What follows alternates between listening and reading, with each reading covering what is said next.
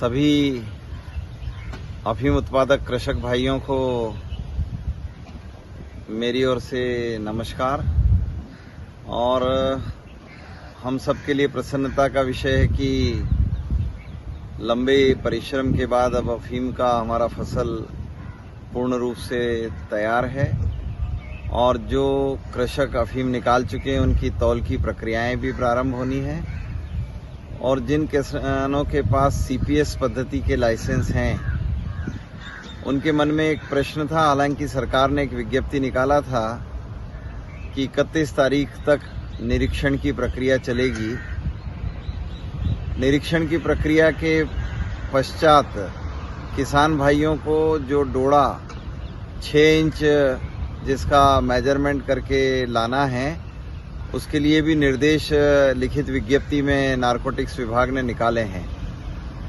मेरा आप सब किसान भाइयों से आग्रह है कि किसी भी किस्म की गलत सूचनाओं पर ध्यान न दें।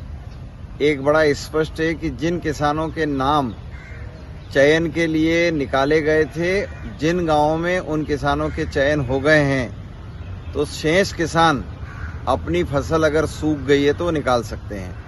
सभी किसानों के चयन नहीं होना है, न तो मुखिया के न किसी अधिकारी के बहकावे में आप आए। अगर गांव में 5 किसानों का चयन करना था कि उन्होंने चीरा तो नहीं लगा लिया, उन्होंने अफीम तो नहीं निकाल लिया, और ये चयनित किसानों का निरीक्षण हुआ है। बाकी सब किसान अब स्वतंत्र हैं।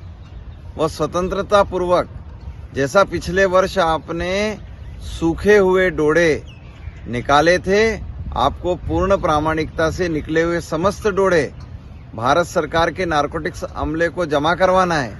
उसके लिए वो तारीख निश्चित करेंगे। और अगर आपकी फसलें सूख गई है तो आपको किसी का इंतजार करने की आवश्यकता नहीं है।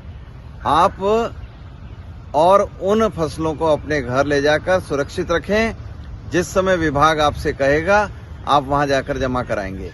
जिन गांवों में अभी निरीक्षण शेष है वो गांव कृपया निरीक्षण की तारीख का इंतजार करें।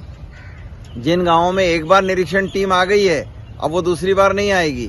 अगर गांव में 5 ही किसानों के निरीक्षण होने थे तो वो पूर्ण हो गए हैं। शेष किसान अपनी सूखे हुए और सीपीएस पद्धति के डोडे अपने घर ले जा सकते हैं। बाकी सरकार जब मांगेगी तब आप उन्हें तोलकर देना है। धन्यवाद।